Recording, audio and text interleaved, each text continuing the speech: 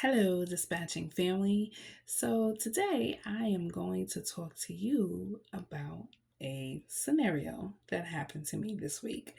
And I'm making this video 2 days after what happened because I want to make sure that I am telling you with accuracy um, what happened to the best of my knowledge. Okay.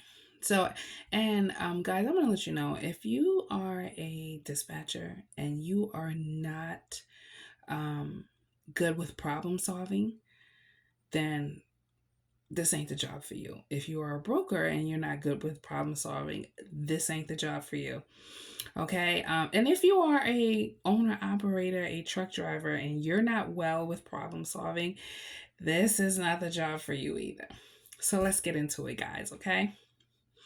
So on Thursday, and I'm going to try to give you as much detail as possible so that you can keep up with this scenario. But also, the more details I give you, the better you'll understand what exactly happened. So on Thursday at about 12 o'clock in the afternoon, I booked a load for my driver that was picking up on Friday at 1 p.m. The broker sent me over the rate confirmation. I started reading the rate confirmation and I saw that the detention was not going to start until 4 hours after my driver was at the shipper. Now, guys, normally detention starts after 2 hours, but if you're going to like a Walmart or an Amazon, it does start after 3 hours. But 4 hours, come on, guys. 4 hours, that's a little extensive. So I called the broker. Also, take note, it is not the dispatcher's responsibility to read the rate confirmation thoroughly, or at least not mine. When I send out these load assignments to my guys, I put in big bold letters that it's their responsibility to read the rate confirmation thoroughly. However, I happen to see it on the rate confirmation, so I called the broker. Had a conversation with him, basically said, "Hey, when I booked this load with you, you never mentioned that detention does not start till after 4 hours. That's a little ridiculous. So I don't think we're still going to take this load." I told the broker I would call him back because I needed to talk to my driver. Call my driver. I explained to him the situation. I asked him if he still wanted to take the load since detention did not start until after 4 hours at the shipper. Of course, he said no. He said, "Pull me off the load," which is not a problem. So I called the broker back and I said to him, "My driver doesn't want this load." The broker's response to me was, "If you cannot play ball, I will find somebody who will." And my response to him was, "Okay." And we hung up.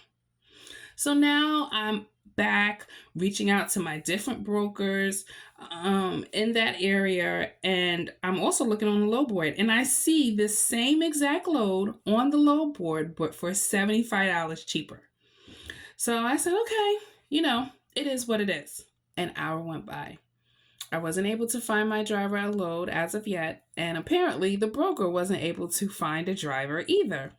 So he emails me and he says, "Hey, maybe we can meet halfway." And I'm like, okay. His halfway was detention would start in 3 hours, regardless if my driver got there earlier than the 1 p.m. pickup or later than the 1 p.m. pickup. So I called my driver and I explained to him, what the broker said.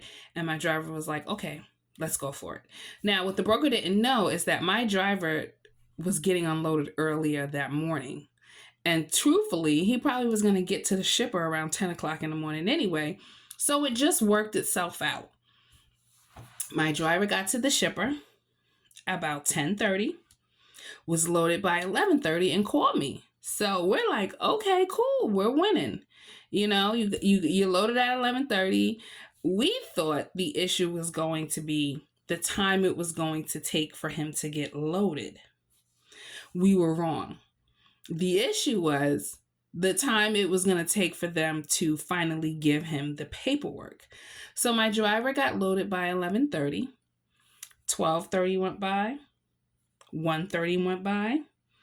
2:30 went by. So now I'm calling a broker and I'm like, "Hey, what's going on? My driver's loaded. Paperwork should be done by now. What's the problem? We're going into detention. What's going on?" The broker asked me to please be patient. 2:30 got here. 3:30 got there. 4:30 got there, and my driver's like, "Listen, I'm about to run out of time. Tell the broker that as soon as there's an open dock, I'm going to the open dock and I'm going to get unloaded." Guys, there's nothing you can do at this point. If your driver is saying he's giving back the load, then that's what you're doing. You're giving back the load. You're not going back and forth with your carrier or your driver. You're not going back and forth with the broker, especially because you don't work for the broker.